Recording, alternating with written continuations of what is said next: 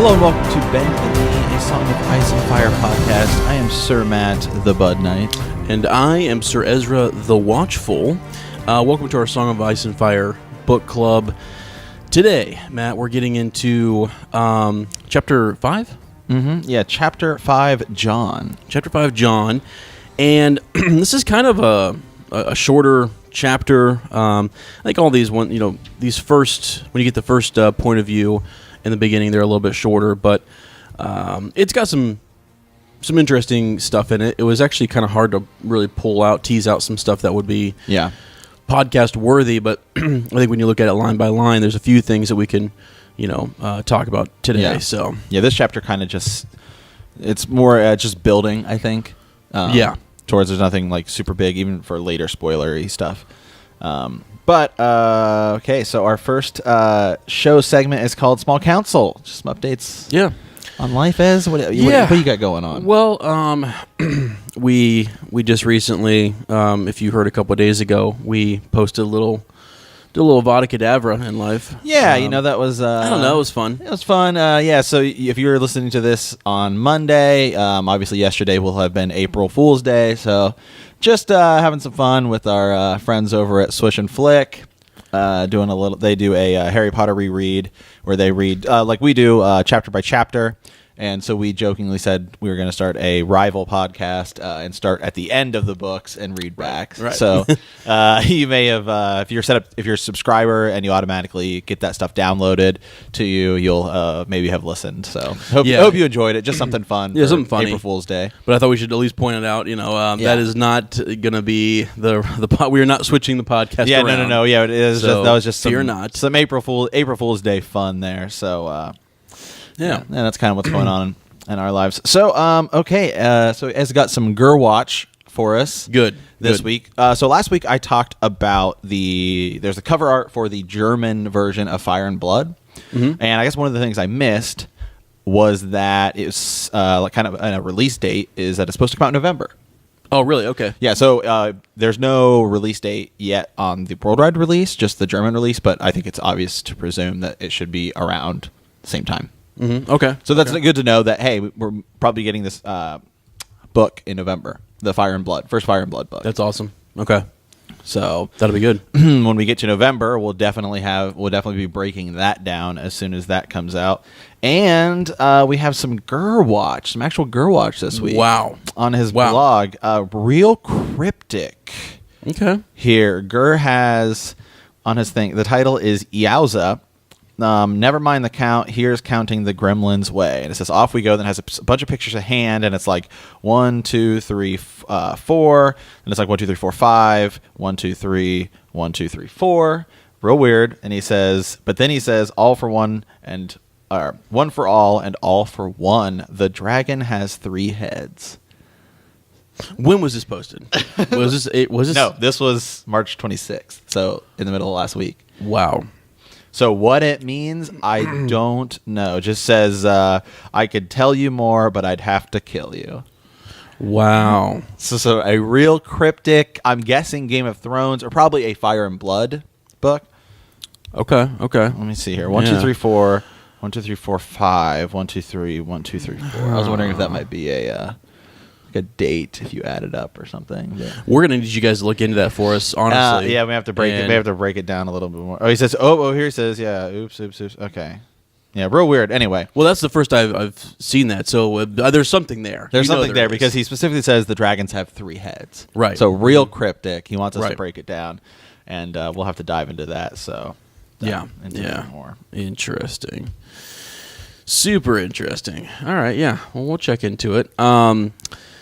And speaking of Fire and Blood, there's actually a Targaryen reference in this chapter, and I actually kind of pulled that up for us. So we'll talk about that later. But that's cool. So we can go ahead and head on over to our Maester's study. Yeah. What do you got? Which is where we break down the World of Ice and Fire book, which is kind of like a big history. And this week's is actually the Rise of Valyria. So just a general summary is that arguably the first empire came in Essos. in a town called Old Gis. That's kind of what it was originally called.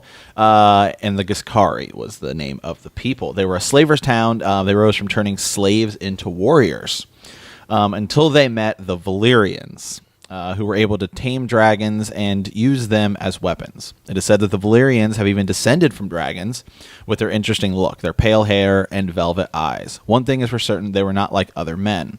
It is said that the Valyrians had no kings, and everyone who had land had a voice. Mm-hmm. After the Doom, the slave cities went back to having slaves once again. All 3 cities now are known to pay tribute to passing Khalasar, as they would not want to face them in combat.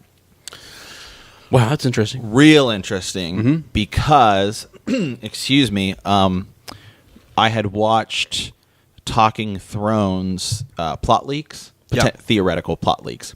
And the way the last episode ends is that this is not actual spoilers. This is just, I'm guessing it's more like theories about how the series may end.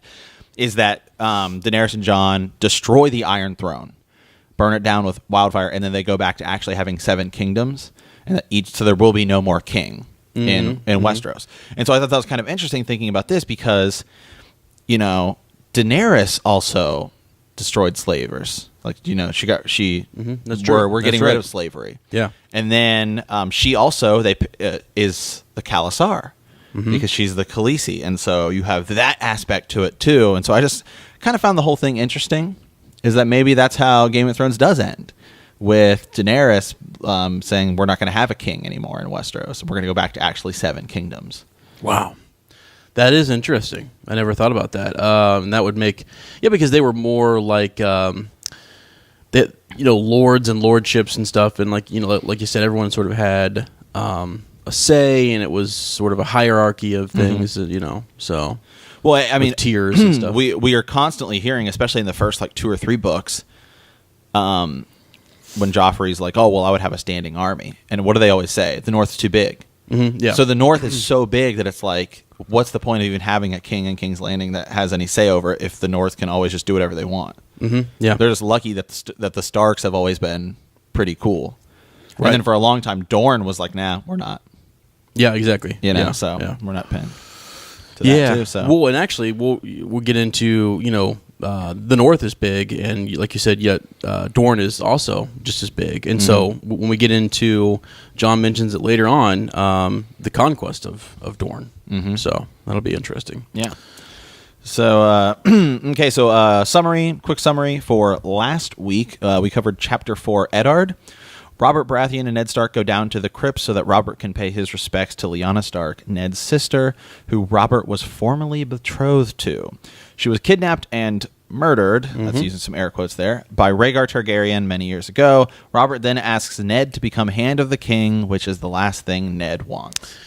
Yeah, there was, that's another one of those chapters where it's like we got to know more about Robert and, Ned's relationship, and the position of Hand of the King. You know what I mean? What is that? What does it actually mean? Why is it such a bad thing? It's the most second powerful, position. So the characters are already kind of, showing us that this is a position that's dangerous for a Stark and things like that. So, a little foreshadowing just in the fact that Ned doesn't actually want to take it. I mean, it means he had to leave the North. And in that chapter, you and I covered how, his father and brother went south, and it's just going south is not a good thing. Yeah, for the Starks. So nope. Yeah, it doesn't appear to be. So yeah. So this week our summary for chapter 5, John.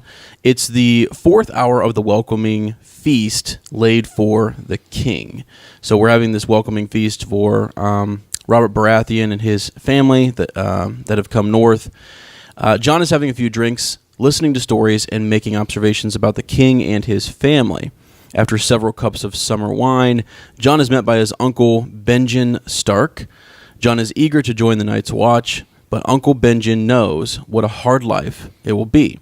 John gets emotional during the conversation, in large part due to the wine, and he heads outside for some fresh air, where he meets Tyrion Lannister. Yeah. And I mean, you know, that's so. There's your summary. We're gonna dive into some of the details. We've broken this chapter into 3 different parts, just introductions, basically for some of the family, Jon's insights, and then Tyrion Lannister, actually. So, yeah. So, the first part, man, I have. So this chapter it's kind of short, but there's a lot you just kind of pull out specific lines. It doesn't really say a lot about this chapter, but a lot going forward and things like that. I mean, first line of the chapter is. There were times, not many, but a few, when Jon Snow was glad he was a bastard. Yeah, that's actually the theme, and it kind of sets the whole tone of this chapter. What are the benefits and the negatives to being a bastard? You know, Master Lewin later on will say something about, you know, how the fact that he's a bastard, he has to grow up much faster. You know. Yep. Yeah, he has to grow up faster. And then I might just go ahead and jump wherever you want. I'm going to go ahead and pull out actually my my quote of the week, which is talking about Ghost. He's not like the others, Jon said. He never makes a sound. That's why I named him Ghost. That and because he's white. The others are all dark, gray, or black. And so even we see right from the different, Jon is different because he's a bastard than his family. In the first chapter, we see him say, I'm not your true-born son. These direwolves are for you. Then he gets his own direwolf, which is different. And then here, even Jon's direwolf, Ghost, we see a little bit more. He's not like the others. He's different. It's good to be a bastard sometimes. Yeah, absolutely. That's kind of Jon Snow's, his whole story. Yeah, it is. And that kind of fits in with the, you know, this. I'm going to kind of change. Yeah. I had 2 things that stuck out to me, which was Master Lewin saying, you know, bastards grow up much faster than other children, and so that fits right into what you're talking about. And, you know, we see that with him getting in, you know, just where he sits in relationship to his half-siblings and just the things that he learns, and he gets to drink more wine where they get 1 cup. But something that I pulled out this week was the mention of eyes over and over, the eye color. And, you know, you learn that Cersei has green eyes, Jaime has green eyes, all of their children have green eyes. You learn... Tyrion doesn't. Yeah, Tyrion's got 1 green and 1 black. You learn... there's like blue-gray eyes, hidden eyes. They talk about Jon when he's looking at his father and what he was hiding behind his eyes. And the Ghost has red eyes. Red eyes. Too. Yeah, like the other direwolves. That's right, yep. So, you know, just the mention of... physical characteristics. Yeah, that's a big part of this chapter. Yeah, and it's been a big part of other chapters too, but it continues here, and it continues in every chapter where we are introduced to new people. And if you've, you know, again, we've said that you've probably seen the show, you've probably read the series. This is a reread, and you'll know that that's really important later on.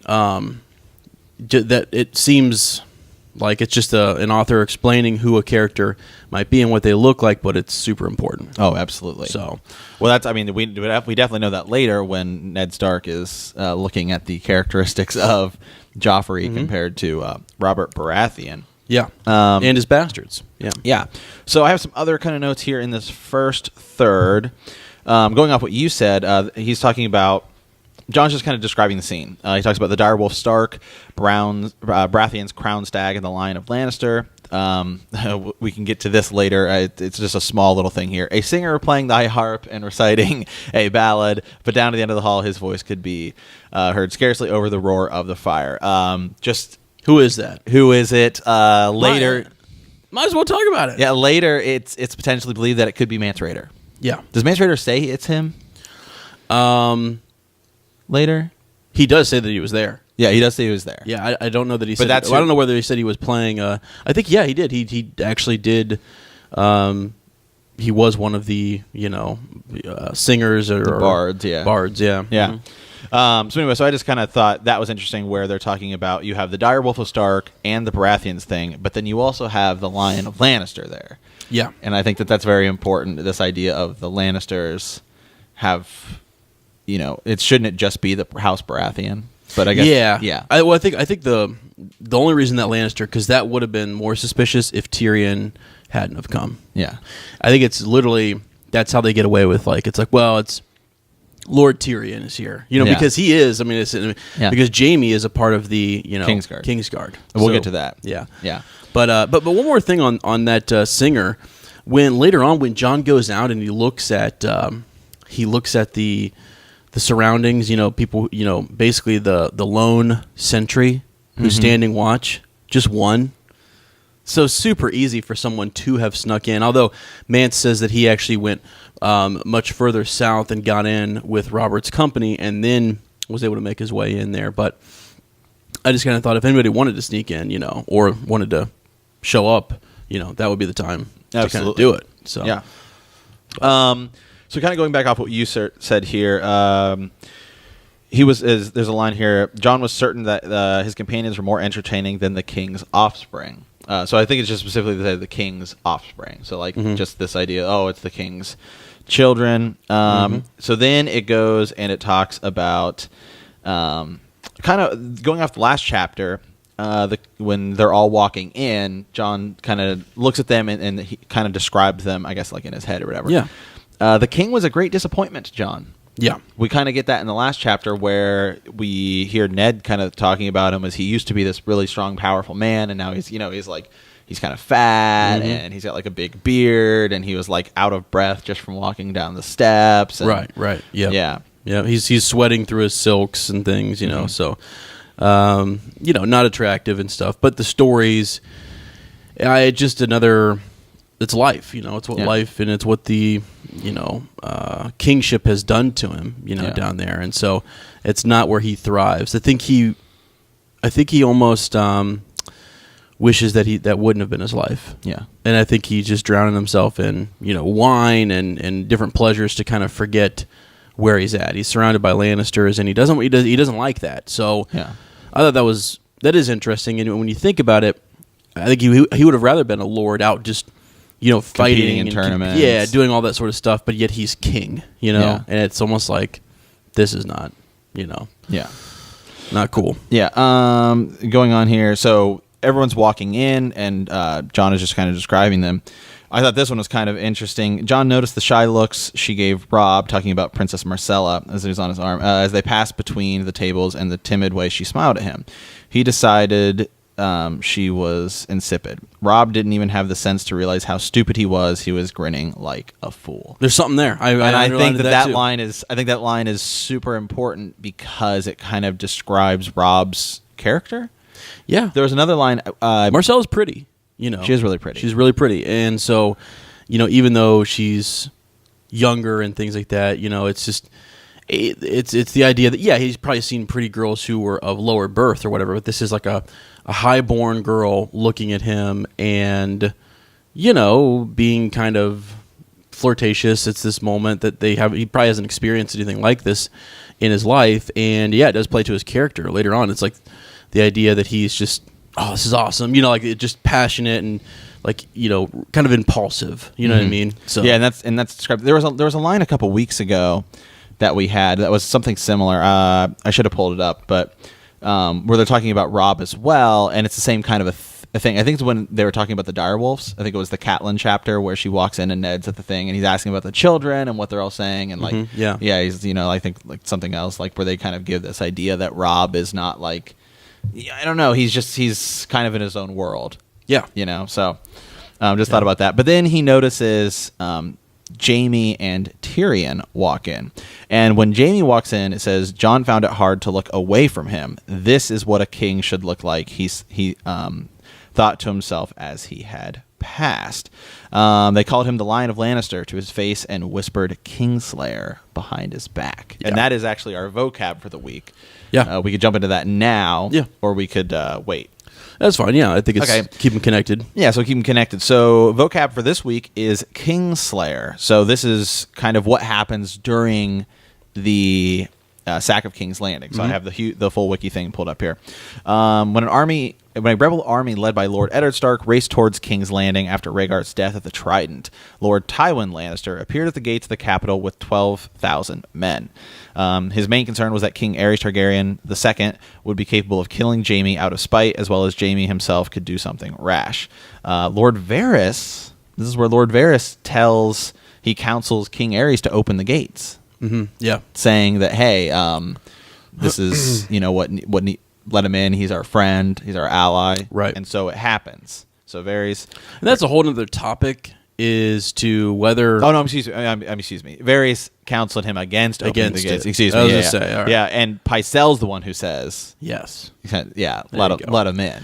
Yeah, because I was going to say, there's this whole bit where that didn't make sense to me, and so I was starting to think, like... I know, it started making that make sense to me. So I was like, oh, yeah, sorry, my notes. No, you're fine, though. Yeah. So it's the alliances, what's going on, what's happening, So because at times I think Varys is a friend of the realm and wants to do what's best, and is it best to have the Mad King on the throne? I bet he struggled with that. Yeah.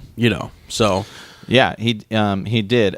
So Jaime, then we see, says, as the sole King's Guard remaining in King's Landing, the defense of the Red Keep became Jaime's sole responsibility. Knowing that he did not stand a chance to defend the castle, he sent a messenger to the king asking him to leave or to make terms with the attackers. Yeah. Messenger came back that Aerys' orders said that Jaime should kill his father and bring his head to Aerys Targaryen, the Mad King. Yep. The messenger also informed Jaime that Rosart, who is one of the creators of Wildfire, I had to look him up, was with the king, and Jaime believed that Aerys was about to command the destruction of the city. So Jaime kills Rosart, and who was dressed as a common soldier, and hurried to this thing. He went into the throne room and stabs King Aerys in the back. Yeah, he does. And I think we'll get this in a couple books, I think, or next book, maybe 2. No, it is next book. Yeah. And it's this idea that what Jaime did there was save millions of people. Yeah. And that's something, it's just crazy that why doesn't he, I think the reason he doesn't go out and tell people this story is because who's going to believe him? I mean, they're just going to turn around on him. So he was also what, like 17 at the time or something? Yeah. He was a younger guy. And then he's seen, though, the Mad King do what he did to the Starks. He's not going to let that happen to his father. No. And at all. So immediately, you like these guys take oaths, and that's something Gerd does really well. Is like they have these oaths, right, that they take, and they're all breaking them.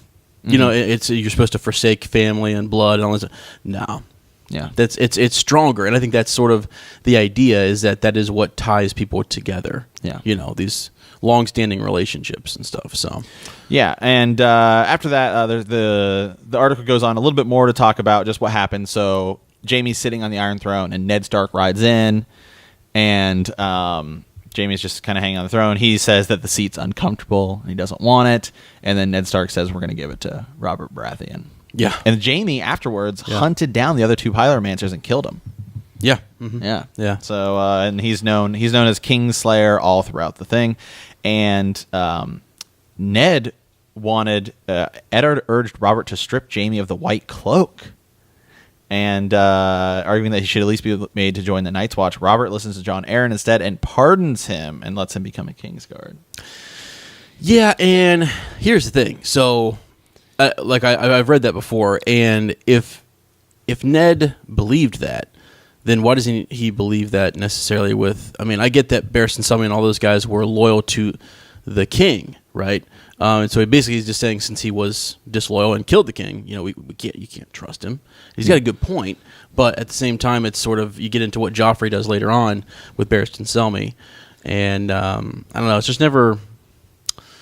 I don't know, that's a tricky one. Yeah, that's a tricky one. So, but the whole Jon Arryn is saying that, well, we need the Lannisters. You know what I mean? We can't. This is really not going to go well. I think it's just more the fact that the Lannisters showed up at the last second. Oh, had the Lannisters rebelled from the get go, I think that they. Yeah, that's been Ned's big thing, is that they waited to the last second to kind of jump in there, and doesn't really know how to take them or which side they're truly on. They're out for themselves. Yeah.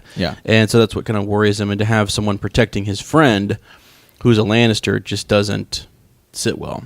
So because that's a position that they can hold for life. Yeah. So I don't know. And it's an honor to hold it. I mean, Barristan Selmy later is upset. He wanted to die, in the Kingsguard. Yeah. So, But yeah, so okay, so that was just kind of the vocab for the week, talking about Jaime. When Jon sees him, he's like, wow, this is what a king should look like. Yep. And but then right after that is Tyrion. he sees the opposite. Yeah, Tyrion Lannister, the youngest of Tywin's blood, by far the ugliest. All the gods had given to Jaime and Cersei. They had denied Tyrion. He was a dwarf, half his brother's height, struggling to keep pace on his stunted legs. Which I will find this. We'll get back to that line. I have something interesting about that. His head was too large for his body, with a brute squashed-in face beneath a sullen shelf of brow. One green eye and one black peered out from under. Then it talks about his hair, which was so blonde it seemed white, which is different than the hair color of Jaime and Cersei. And you think, oh, it's such a little minute detail. No, it's not. It's not actually, and that's the thing, is that this is one of those things where I honestly kind of more and more I'm into the theory that they share the same mother, but they don't share the same father. We'll get to that. I'm just we'll get to that. Yeah, it's something for sure. So. And then you have and this is just everyone walking past. Jon is sitting there, having his wine with his buddies, having a good time, and Theon walks by and ignores him utterly. Yeah. Which but there's nothing new. Nothing new to that. You can Jon and Theon do not get along. They don't get along. So, Benjen also walked by. We'll get to Benjen with Theon there. So actually, I think that's really all we have left. The only other thing really left from this part is that Jon just gives Ghost a full chicken. Right. Yeah. And I just said, here that Jon can do what he wants.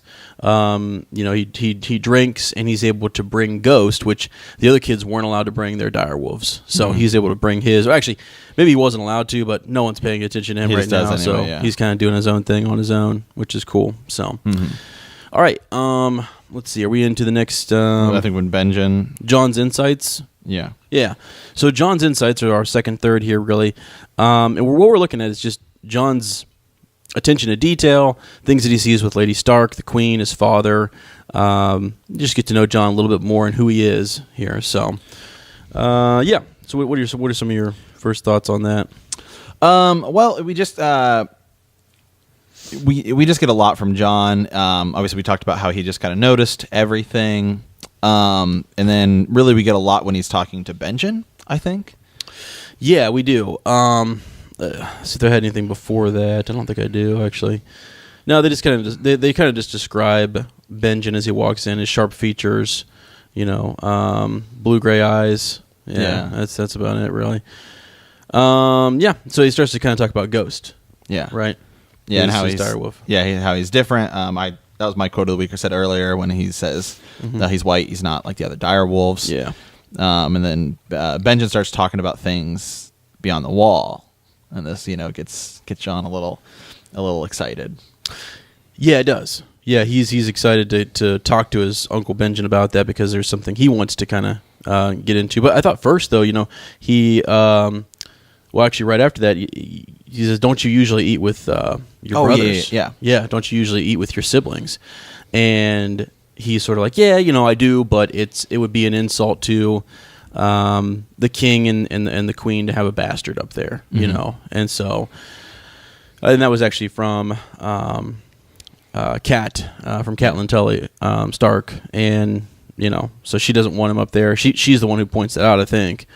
Yeah, Catelyn. Yeah, well, as we'll get into later chapters, Catelyn does not like Jon at all. No, not at all. So, and then Benjen says, "I see." His uncle glanced over his shoulder at the raised table at the far end of the hall.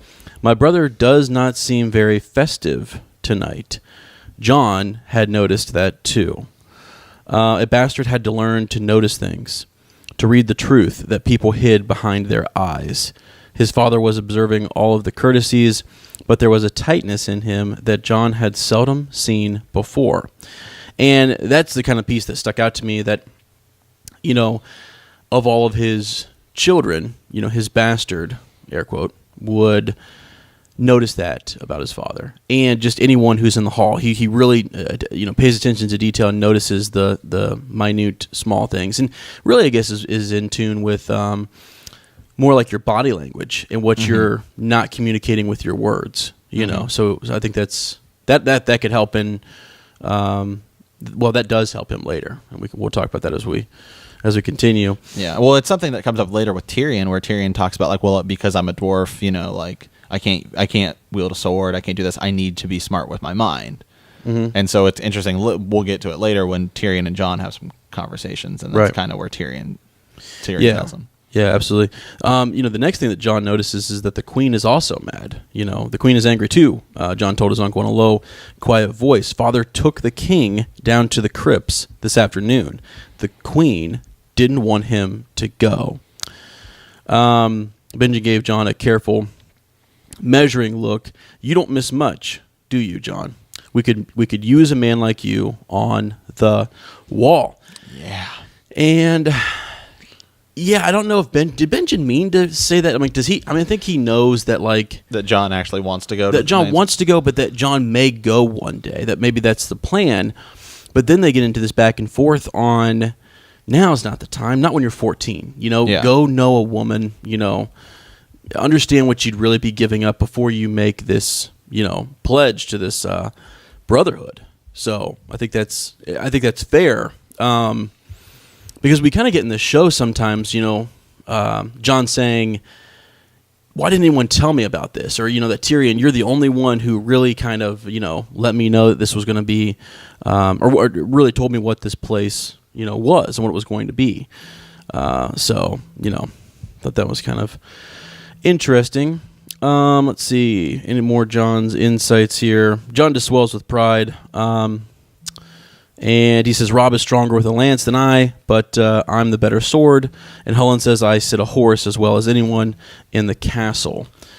So there's some notable achievements, that he's better with the sword and he sits horse really well. So, he's holding his own. Yeah, I had just a conversation with one of our patrons, Lord Adam Parker. Yeah. He's always super communicative, which is awesome because he's always sending us messages. "Oh, guys, this is what I think," which is sweet. I love it. Yeah. I love reading them. He's talking about how in the show, Benjen's conversation with Jon, he says it seems a little bit more like Benjen knows the truth of Jon's mother. You can't hold lands or hold titles. You don't know what you'd be giving up. Whereas in the book, he says you don't know what you'd be giving up until you bet a woman. Mm-hmm. So those are two kind of differences there, which is that's a good point. Which is interesting. Yes, absolutely. Very interesting. Do you think Benjen knows? Yes. Yeah. Knows the truth? Yeah. Yes. Yeah. I say that maybe I'm 50-50 on that. Because is it possible that Ned, during this, when he finds out I'm going to go to the wall, Ned tells him, "Hey, I want you to keep him safe up there"? Yeah, I think all of this there might have been a conversation that we never got, because it seems like Ned wants to say more, and he kind of says, later on, that he will explain things to Jon when he returns. But I think it was their safety in sending him to the wall, and that seems kind of crazy, but I do think that's sort of the plan. Especially when you really think about who this is and what we're talking about here, without talking about it. Yeah. But someone, I feel like if you had to trust anyone, you would trust your brother. Yeah. Right. This is their sister, their sister's son. If there's anyone he could have trust with it, it'd be, it'd be Benjen. So yeah. Although part of me thinks it's a promise. Yeah. And he didn't actually tell anybody. Well, it's possible, but I will say maybe he didn't tell him who he was, but sort of that there's more to this. Benjen. And Benjen can put this together. See, I don't think he has to break his promise to Lyanna. I think his brother can kind of figure out and read between the lines that, okay, you came back with this boy from the Tower of Joy. I get it. Yeah. I get it. Well, some interesting, I will say just very, very interesting, in this conversation, there is something. When Benjen's telling you you're a little too young to go, I think he says you're 14. And Jon says, "Daeron Targaryen was only 14 when he conquered Dorne." Jon said the young dragon was one of his heroes.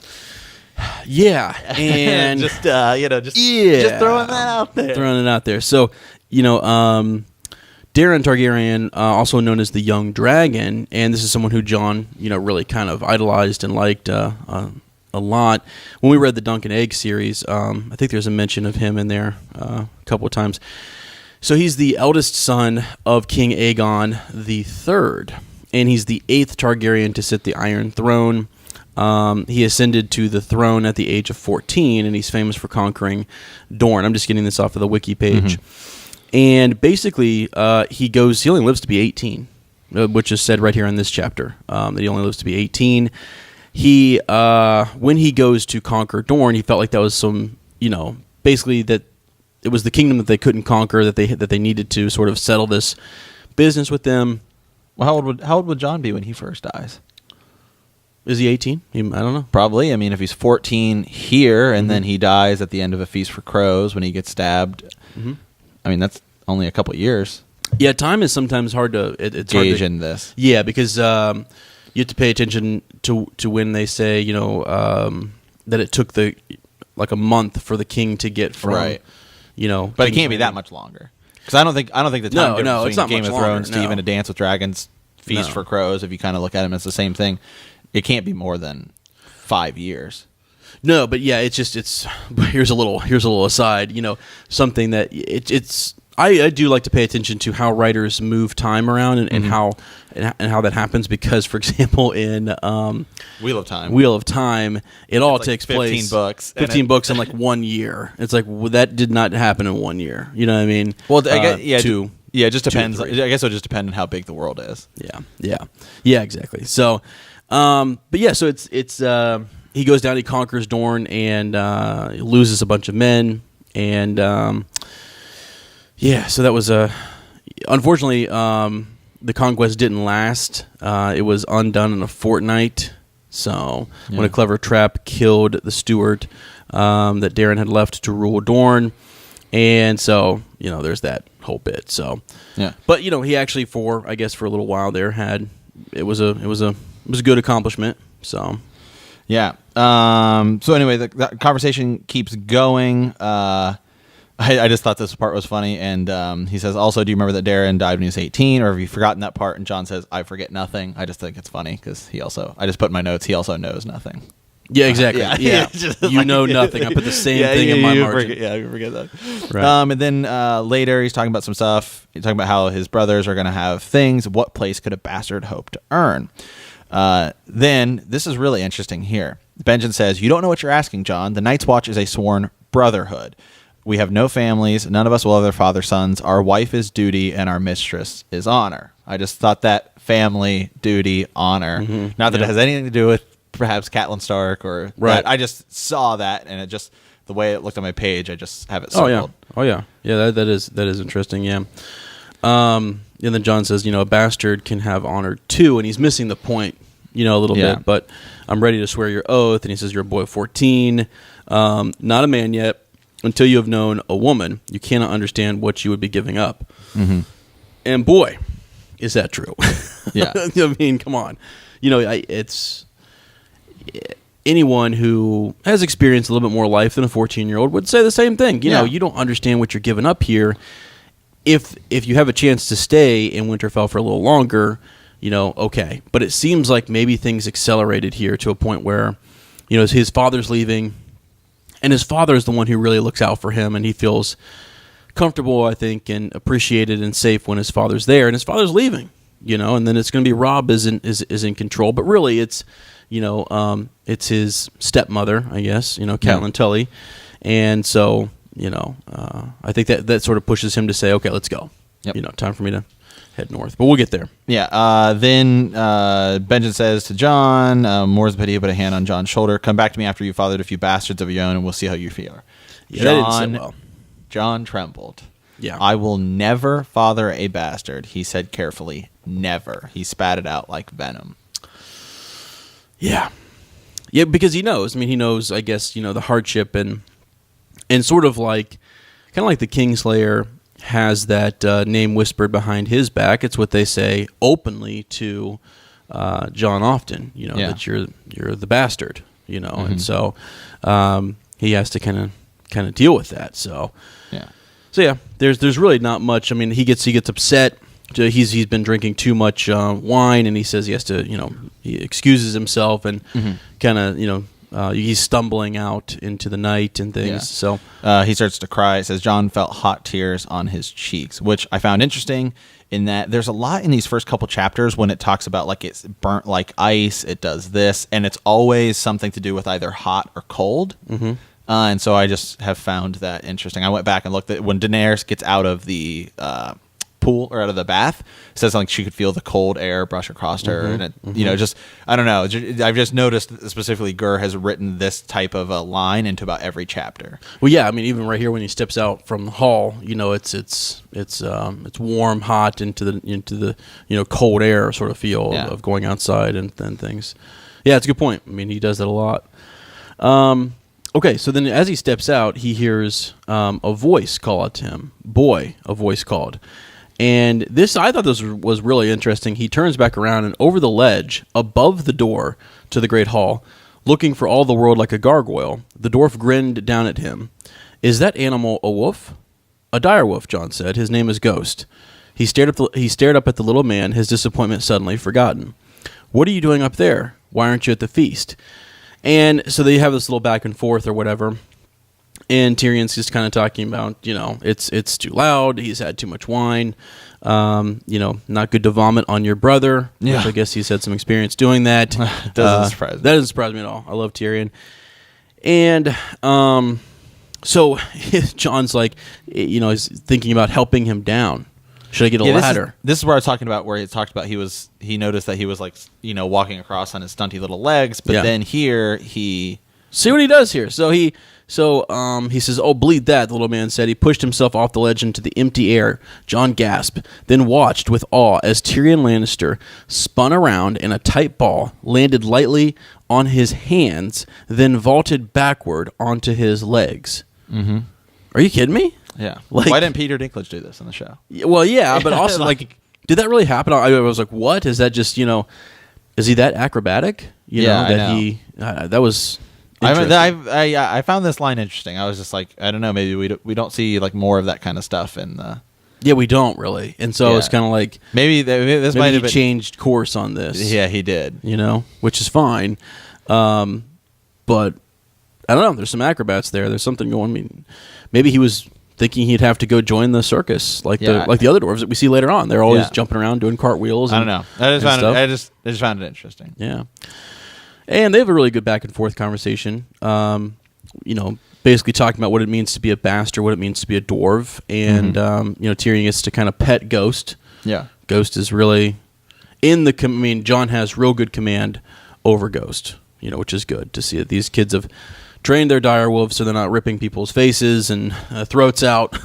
At random. So every week I have another crazy highlight thing where. So 14,000 people have highlighted this specific line. This is when when Tyrion is giving Jon some counsel. Never forget what you are, for surely the world will not. Make it your strength, then it can never be your weakness. Armor yourself in it, and it will never be used to hurt you. This is where Tyrion's saying, hey, it's okay to be a bastard. Just use it to your advantage. Yeah, it is. Yeah, and they sort of... I thought in the show they did a good job, too, kind of making this connection between... you know, a bastard and a dwarf, and what you know what that means, really. So I thought that was good. He also mentions too, Lannister studied his face. Yes, he said, and I can see it. You have more of the North in you than your brothers. Yeah, and that actually made Jon feel really good. You know, to feel like, okay, I look like a Northern man, and I look like I belong here. You know, so you can only imagine what he's thinking was my mother. Who is she? You know, was she a Northerner? Or was she not? Yeah. You know, and I think just to know that he got his father's blood makes him feel good, but perhaps his mother was... He has no idea. You know, he has no idea. So it makes him feel good to hear that. Yeah. And then I have a couple things here. It goes on to... all dwarfs are bastards in their father's eyes. And then Jon saying, you are your mother's true-born son of Lannister. Tyrion says... Am I? Yeah. Cue the X-Files music to add a little bit more to the is Tyrion a Targaryen line. Then he's like, "Do tell his mother died in childbirth. I didn't even know who my mother was," Jon says. Yeah. So that is interesting. Those lines are backed up back to back. Yeah, it just shows a parallel. Like they share these things. Yeah. These are things that they can kind of bond over, and there's a closeness there. Yeah, So. and then a line here, the way this chapter ends, and also our patron Lord Adam Parker says, and with that he turned and staunted back into the feast, whistling a tune. He opened the door, and light shadow crossed the clear of the yard, and for a moment Tyrion Lannister stood as tall as a king. So a comment here says, when he opened the door, it just says that line, "This is not a throwaway line. Does Gur say this because Tyrion will one day be a king, or one day he'll be as tall as a king, he will be hand to a king?" Yeah. Yes. First and foremost, guys, love when you guys send us comments. Oh, Absolutely please love. send us more. Please send us more, because then incorporate them in the notes. Yeah, absolutely. It gives us more to talk about, which is great. So yeah, there is that bit that really kind of stands out, that he becomes hand of the king and hand of the queen. Yeah. So I mean, he is definitely an influential person, and I think he's one of Gur's favorite characters, and he's one of mine too. Yeah. So yeah. So yeah, that's the end of the chapter. I mean, some good stuff in there. We tried to pull as much as we could out. There's other little tidbits here and there, but overall, it's just Jon being insightful, us learning more about the Lannisters, getting a good little introduction to Tyrion and Jon's relationship, which this first meeting will, the first impression that Tyrion gives Jon, I think sticks with him, and they're going to continue to have conversations later on, and all of those, can really serve you later on in life. Yeah. Leaving a type of impression like Tyrion has left with Jon is a good thing. Yeah. So, all right. I think that's it for the chapter. Do we have any cool connections left, or? No, I will say real quick, Adam Parker also sent us he says there's a theory I don't like, that he's talking about this chapter, that Ned sent Jon to the wall to protect him from the truth. He says this chapter kind of pokes holes in that. So just kind of quickly as on that, do you think... Wait, say that again? That Ned sent Jon to the wall to protect him from the truth, like to kind of hide him away. Protect him from the truth, or to protect Jon from learning the truth, or I think others figuring out? Others figuring it out. Yeah. Why? So he thinks this pokes holes in it. Yeah, he thinks that maybe Ned was never. I guess I'm saying Ned wasn't going to do that, and Ned just, because Jon asked to go to the wall, he sends him. Mm-hmm. Yeah, so that Ned didn't specifically say, "I'm going to send him to the wall to hide him." No, I don't think Ned would have ever actually forced his son to go to the wall. No, but I do think it was one of the options that they might have considered. Oh, I do. Yeah, I think Ned. Ned claims him as his own son to protect him. Yeah. Oh, yeah. Absolutely. Yeah. Absolutely. So I don't think he needed to send him to the wall to then protect him further. Right. No. But I do kind of wonder, when did Benjen go to the wall? I kind of wondered if it was like, if there's a connection between. I don't think there is. I think it's a stretch to think that Benjen went to the wall after he, had learned about Jon. Maybe if he did, I don't think he did. So I think Jon just decides to go, and Ned lets him go, but is maybe happy and that he is going, and might even say indirectly to his brother, this is a good thing. We need to watch out for him. There's more to this story. I can't say anything now. The time's not right. And again, he's protecting his life. Yeah. He truly believed that, and so did Lyanna, that Robert Baratheon would kill any Targaryen offspring. Yeah.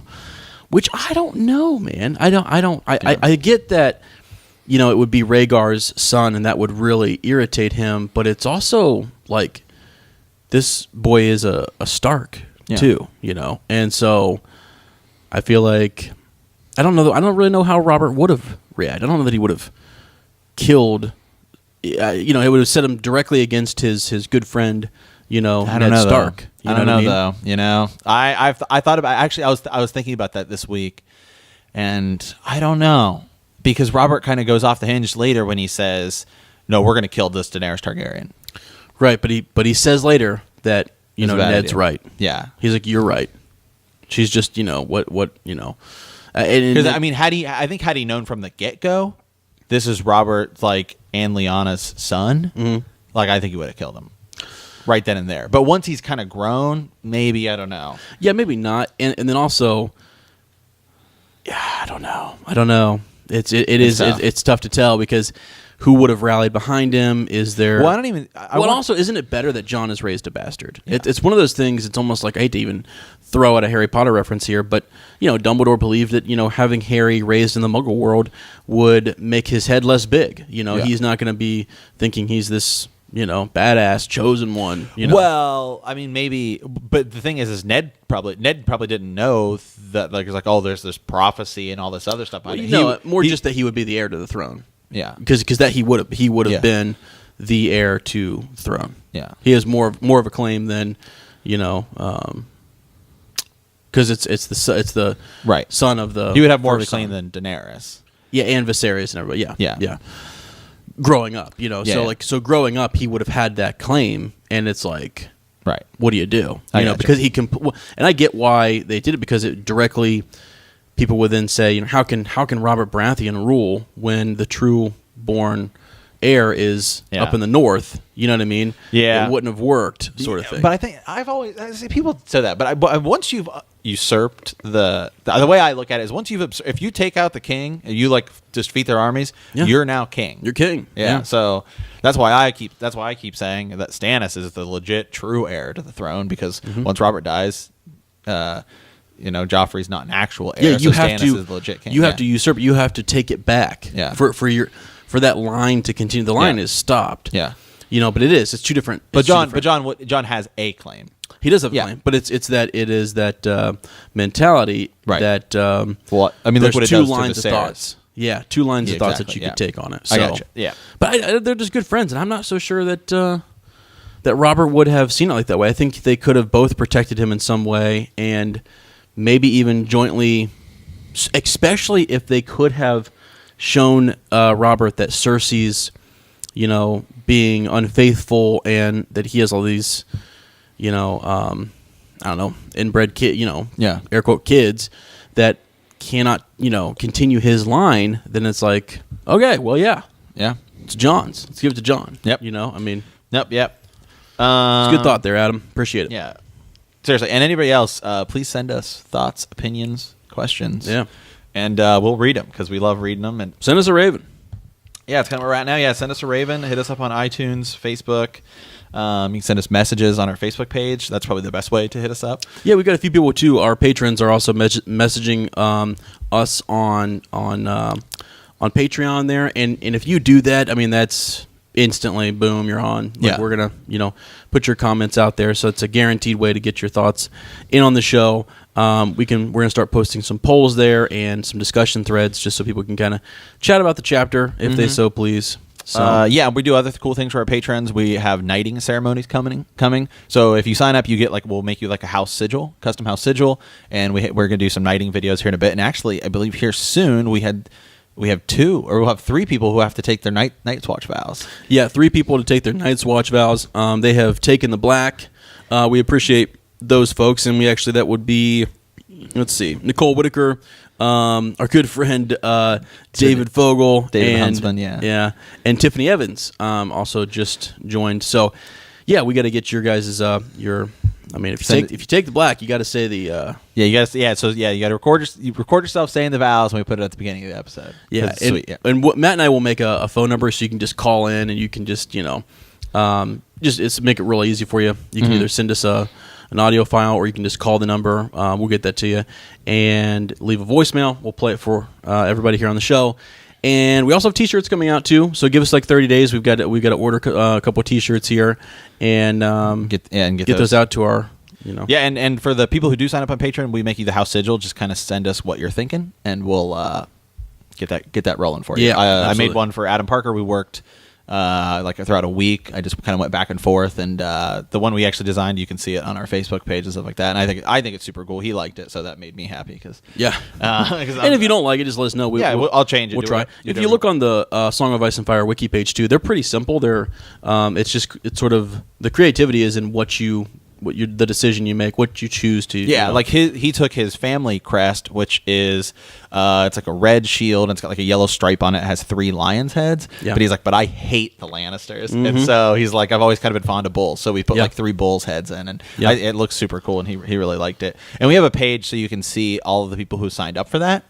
Yeah, there's a Google link. You can actually click on the Google link and see all the Google different link, sigils. so you can see all that. And it's kind of cool. It's just fun. It's like, hey, let's all just kind of create our own Game of Thrones, personalities and stuff like that. And so we'll read those on the air. We had some other comments from people. There's a girl named Jennifer Kelly hit us up.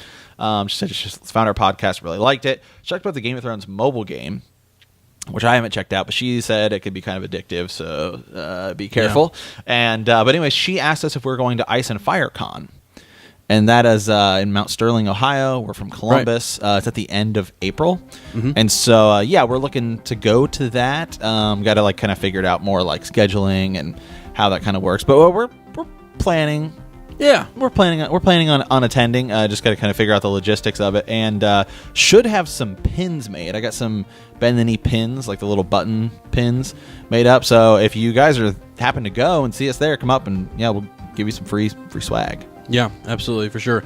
I think History of Westeros is going to be there as well. Yeah. So I think those guys, their podcast, their team of people will be there. So that should be fun to kind of meet those guys, and we should be walking around in some bend the knee t-shirts. So exactly. So check that out. Yeah. So. But all right, guys, that's pretty much it for this week. Join us at the discussion on Facebook.com /Bend the Knee podcast, and we'll post a little thread there. You guys can share your thoughts on the next chapter or this chapter, and we can include those in the recap. And we've already thrown out a bunch of stuff on Patreon, so yeah. So we want to thank you for playing the Game of Thrones. Our next chapter will be Chapter 6, Catelyn. Yes. If you like our podcast, don't forget to subscribe, like us, write a review, or leave a comment, or send us a raven at btkcast@gmail.com. We'll see you in a week, and remember, family, duty, honor.